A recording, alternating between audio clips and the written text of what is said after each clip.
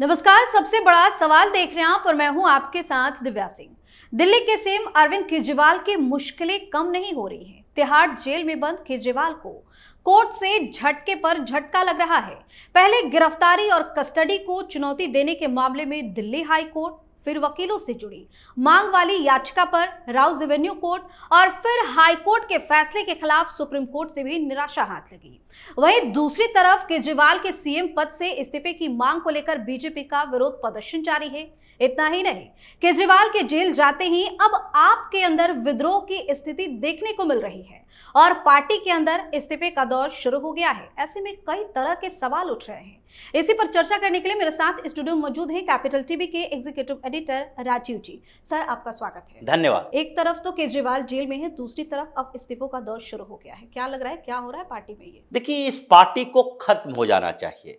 आम आदमी पार्टी ने जिस तरीके की धोखेबाजी की है उससे इस पार्टी को भंग कर दिया जाना चाहिए, खत्म हो जाना चाहिए। ये सामान्य पार्टी नहीं थी। पहले तो इसने जनता की उम्मीदों को बढ़ाया। लोग ये सोचने लगे कि चलो राजनीति में कुछ बदलाव हो रहा है।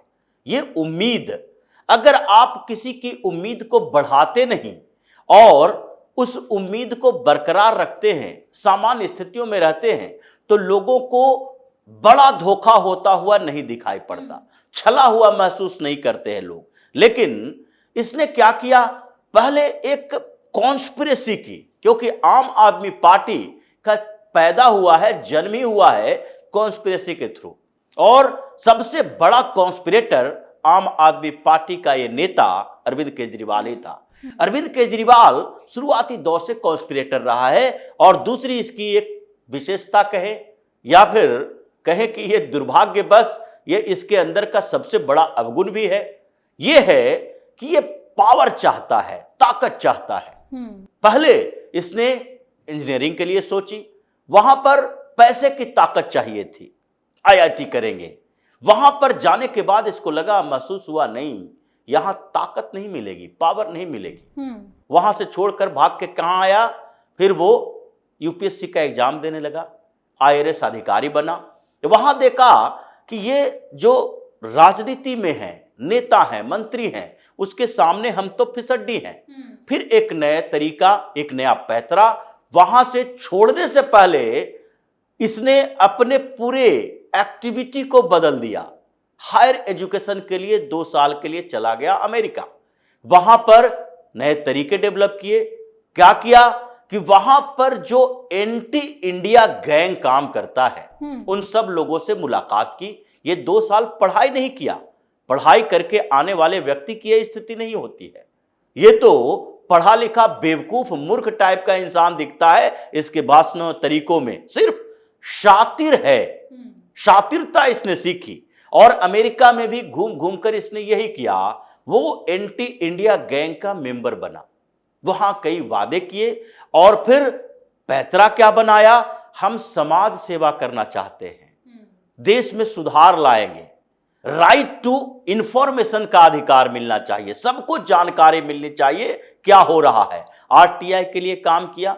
यहां पर आकर सोशल एक्टिविटी के नाम पर क्या किया, पैसे मंगवाए अमेरिका से। वही जो गैंग तैयार था वहां anti India, Ford foundation America का जो है, वो भारत के किसी एनजीओ को पैसा देता है, पैसा देने के बदले कुछ तो लेता है जी। और लेता क्या है, वो लेता है हिंदुस्तान में अराजकता अव्यवस्था पैदा करने की गारंटी। और वही गारंटी लेकर अरविंद केजरीवाल आया था, सिसोदिया के साथ मिला, पत्रकार था सिसोदिया। इन लोगों ने संगठन बनाया, पीसीआरए संगठन बनाया, जो एनजीओ बनाया, कबीर। और ये एनजीओ के नाम पर कैसे फ्रॉडगिरी करना शुरू कर दिया। अभी तक इतना आसान नहीं है कि कोई एनजीओ शुरू हो और उसके लिए पहले से 2 करोड़ रुपया तैयार हो, विदेशी फंड, जबकि उसके पास एफसीआरए लाइसेंस नहीं था। उसके लिए होम मिनिस्ट्री से स्पेशल परमिशन लिया कांग्रेस की सरकार। और उस समय भ्रष्टाचार तो ऊपर से नीचे तक बैठी हुई थी। किसी तरह से होम मिनिस्ट्री से स्पेशल परमिशन लेके यहां पर वो 2 करोड़ के फंड से एनजीओ शुरू किया। और इसका टारगेट तो राजनीति ही थी, इसलिए एनजीओ में शुरुआती दौर में जब ये स्वराज आंदोलन चलाया तो उसमें 10, 20, 25 लोग जाते थे, उसने उसको छोड़ दिया। फिर झुग्गी झोपड़ियों के लोगों को बरगलाना शुरू किया। वहां पर आसान होता है लोगों को भ्रमित करना, और इसलिए सुंदर नगरी से 200-400 लोग इकट्ठा किया। और वो 200-400 लोग मतलब दिल्ली के अंदर अगर किसी के साथ 200-400 लोग हैं तो कहीं भी प्रदर्शन कर सकता है, हंगामा खड़ा कर सकता है। वहां से इसने फिर से हंगामा करने की शुरुआत की और फिर अन्ना हजारे जैसा व्यक्ति को बेवकूफ बनाने के लिए सामने लाया। रात भर मीटिंग चलती थी इन लोगों की कि क्या किया जाए। ऐसे तो हम अगर हंगर स्ट्राइक पे जाते हैं तो लोग तवज्जो नहीं देंगे, कोई ऐसा बुढ़ा या ऐसा महिला या ऐसा पहले से परिचित चेहरा ढूंढो। ये रविशंकर के पास भी, श्री श्री रविशंकर के पास भी गया, ये रामदेव के पास भी गया कि बाबा रामदेव आ जाएंगे तो कम से कम मीडिया का अटेंशन मिल जाएगा। कोई भाव नहीं दिए तो अन्ना हजारे को पकड़ कर ले आया। बुजुर्ग इंसान, इतने ज्यादा तो पढ़े लिखे नहीं है, समाज सेवी हैं, जानकारी है उनके पास समाज की और पहचान समाज के अंदर उनकी है। वहां से कॉन्स्पिरेसी नहीं चली और अन्ना हजारे का इस्तेमाल करके उनको भी फेंक दिया। फिर राजनीतिक पार्टी की बात कि लोग कह रहे हैं तुम राजनीतिक पार्टी बनाओ। लोग कह रहे थे, लोगों के कहने पर तुमने बनाया। जब उस समय वीवीआईपी ट्रीटमेंट के खिलाफ बोलना था, बाल बच्चे की कसम खा लिया, हम कुछ नहीं लेंगे, बंगला नहीं लेंगे, गाड़ी नहीं लेंगे। ये ऑटो पर लटक कर चलता था, बस पर ऐसे चलता था, ये मेट्रो का इस्तेमाल करता था दिखाने के लिए। ये जानबूझकर ऐसे कपड़े पहनता है जिसे पहले भी कई आम आदमी पार्टी छोड़ने वाले नेताओं ने कहा है, वाकया बताया कि कैसे अरविंद केजरीवाल एक नया शर्ट पहनकर आ गया। और जब लोगों ने सवाल किया कि ये नए शर्ट पहनकर आ गए हो, और उस तरह वो वापस गया और फिर वही पुराने शर्ट पहनकर आ गया कि ये सही नहीं लग रहा। उसके बाद एक बटन ऊपर नीचे ये लगा के रखा था, और जब इसे बार बार कहा गया तो इसे बर्दाश्त नहीं हुआ, तो इसने बोल दिया कि जानबूझकर लगाए हैं, क्योंकि आप भीड़ से हट के दिखना चाहते हो। बड़ा लंबा सा शर्ट पहन लोगे, कपड़े पहन लोगे। ये 40 करोड़ रुपए के रिनोवेशन वाले शीश महल में रहने के लिए तो आपको अंदर की बातें बाहर ना आए, तब आप वहां अय्यासी करो, और बाहर निकलो तो ऐसे ही चप्पल पहन के, बड़ा शर्ट पहन के, ट्राउजर पहन के बाहर में घूमते हुए सामान्य आम आदमी दिखने की कोशिश करो। ये शुरू से कॉन्स्पिरेटर था, और इसलिए अब जो इसके साथ हो रहा है ये जल्द ही पाप का घड़ा भर गया, क्योंकि इसने जितना बड़ा धोखा दिया है उस धोखे की सजा तो इसको मिलनी थी। और इसलिए कोर्ट से एक के बाद एक झटका लग रहा है। राउज एवेन्यू कोर्ट ने इसको क्या दिया? इसको दिया दिल्ली के सरकार चलाने के लिए जो ये वकील के साथ मिलकर अंदर बाहर की खबरें करना चाह रहा था, आदेश वाली, उसको राउज एवेन्यू कोर्ट ने ब्रेक लगा दिया। दूसरी तरफ हाई कोर्ट ने इसको नंगा कर दिया। हाई कोर्ट में एक एक इसके तर्क तो तोड़े ही, और आम आदमी पार्टी और केजरीवाल ये दोनों के बीच इसने कहा ये दोनों मामले में फंसा है, चीफ मिनिस्टर होने के नाते भी और कन्वेनर होने के नाते भी। ये तो कॉन्स्पिरेटर है, क्योंकि कॉन्स्पिरेसी इसने की थी। अगर आप एक्साइज पॉलिसी बना रहे हो और उसमें मार्जिन मनी बढ़ा रहे हो, साउथ लॉबी का इस्तेमाल कर रहे हो, तो इसका मतलब है उससे जो प्रॉफिट मिले हैं वो पहले तुमने सोच लिया था, और उस प्रॉफिट के कारण ही तुमने एक्साइज पॉलिसी में बदलाव किया। आज भी उसकी जो सारी जानकारी आ रही है देख लीजिए।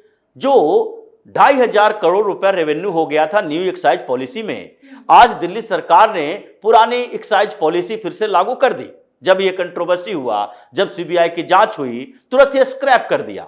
और उसके बाद आज जो रिकॉर्ड है 7,000 करोड़ रुपया ये ओल्ड एक्साइज पॉलिसी से दिल्ली गवर्नमेंट को रेवेन्यू मिल रहा है। तो ये जो 3,000 से 4,000 करोड़ रुपए का रेवेन्यू लॉस दिल्ली का किए, वो तो सब आम आदमी पार्टी के खाते में गया होगा।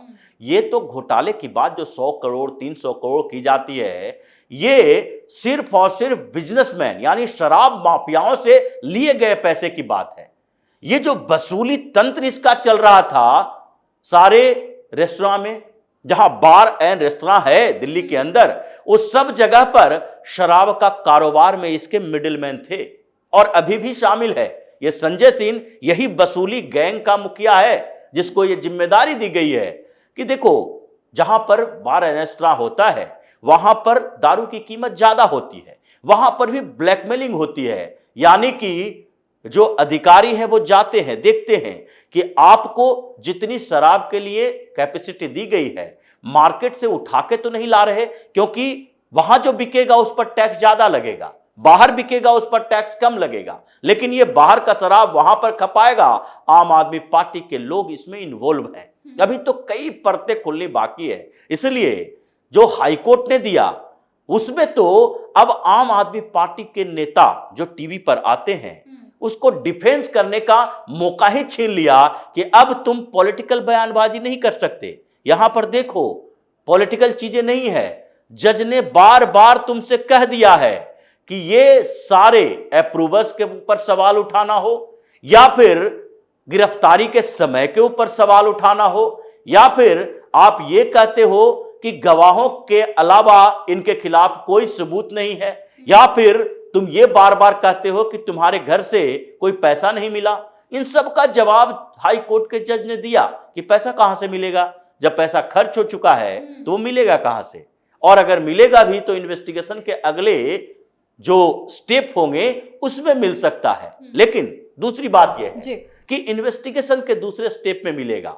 हाई कोर्ट के जज ने अप्रूवर की बात पर भी इसको तरीके से एक एक करके बताया कि अप्रूवर की बात आज से नहीं चल रही है, ये 100 साल पुराना है। सुप्रीम कोर्ट भी मान चुका है, हाई कोर्ट भी मान चुका है। सब मानते हैं कि कोई भी अप्रूवर जो बनता है वो जुडिशियल ऑफिसर के सामने बनता है और उस पर दबाव की बात नहीं होती है बल्कि तोड़ने की बात होती है।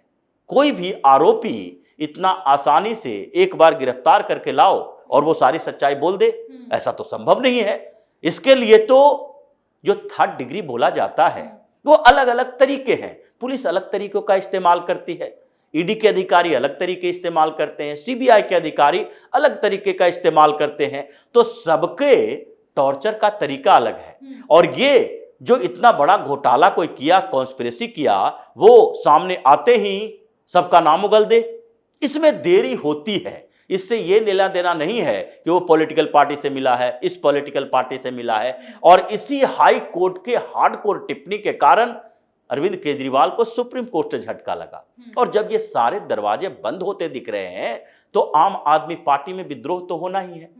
जब आम आदमी पार्टी के नेताओं को लग रहा है कि सेकेंड लीड के नेता कौन है, कौन, यहां पर संजय सिंह पार्टी की गतिविधियों में शामिल होता है, मीडिया के सामने आता है, लेकिन संगठन पर पकड़ नहीं है। केजरीवाल को किसी के ऊपर भरोसा ही नहीं है। अगर केजरीवाल को किसी के ऊपर भरोसा होता तो इतने बड़े बड़े नेता, चाहे प्रोफेसर आनंद कुमार हो, धर्मवीर गांधी हो, या फिर आशुतोष जैसे नेता को बड़ा नहीं कहा जा सकता, लेकिन वो मीडिया में इतने दिनों तक काम किया था, एक्सपीरियंस था, समकक्ष था।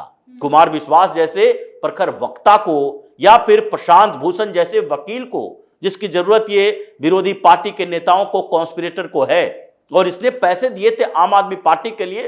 पहला 2 करोड़ का चंदा प्रशांत भूषण के बाप शांति भूषण ने दिया था। तो ये लोगों को निकाल दिया, योगेंद्र यादव को निकाल दिया। इसको किसी के ऊपर भरोसा नहीं है। अब भरोसा नहीं है तो स्ट्रेटजी शेयर नहीं करते हैं, ये सारी स्ट्रेटजी अपने पास रखता है कि दूसरे को न दे। अब इस आधार पर अब आम आदमी पार्टी के नेताओं के बीच कंफ्यूजन शुरू हो चुका है। केजरीवाल बाहर आएगा नहीं। अब हमें चुनाव प्रचार के लिए रणनीति बनानी है, कौन बनाएगा? ये संदीप पाठक बैठ के नहीं बना सकता, अप्रूव नहीं होगा। ये राघव चड्ढा बैठकर नहीं बना सकता, दुर्गेश पाठक, दिलीप पांडे के औकात से बाहर है। ये किसी और के ऊपर भरोसा नहीं करता, ये बना ही नहीं सकता। तो ऐसी स्थिति में अब जो लोग ये देख रहे हैं कि आगे भी राजनीति करनी है, कई युवा चेहरे हैं, उसको लगता है कि धोखा तो खा चुके हैं अरविंद केजरीवाल से भी, लेकिन राजनीति में आना है तो फिर इन धोखेबाजों के साथ रहना पड़ा। अब वो अपने आगे का रास्ता अपनाएंगे, जैसे कांग्रेस के अंदर हो रहा है। कांग्रेस के अंदर एक कंफ्यूज लीडर राहुल गांधी आया और लोगों को लगने लगा भविष्य सुरक्षित नहीं है, इधर उधर जाओ जी। तो इसी स्थिति में अब आम आदमी पार्टी पहुंच गई है। मंत्री का इस्तीफा हो चुका है, राजकुमार आनंद ने इस्तीफा दिया। सिर्फ मंत्री पद से नहीं, पार्टी से भी इस्तीफा दिया। मंत्री दिल्ली सरकार में, क्योंकि दिल्ली सरकार कोई बिहार की सरकार नहीं है जहां 30-30, 35-35 मंत्री हो। यहां तो 7 ही मंत्री है और साथ में एक अरविंद केजरीवाल खुद मुख्यमंत्री, तो 6 ही मंत्री बचे हैं। अब 6 मंत्री में अगर 70 विधानसभा में ये अरविंद केजरीवाल के पास 62 सीटें होती है तो ये तो नंबर लगाना पड़ता है कौन मंत्री बन पाएगा। ऐसी स्थिति में अगर कोई मंत्री इस्तीफा दे रहा है तो वो अंदरूनी स्थितियों को समझ रहा है कि अब आम आदमी पार्टी ज्यादा दिन चलने वाली नहीं है। कई विधायक विद्रोह करने वाले हैं, क्योंकि ये मंत्री है तो इसका मतलब है कि कई विधायकों के साथ संपर्क भी होगा और ये सारे एक साथ नहीं देंगे, धीरे धीरे स्थितियों का आकलन करके देंगे।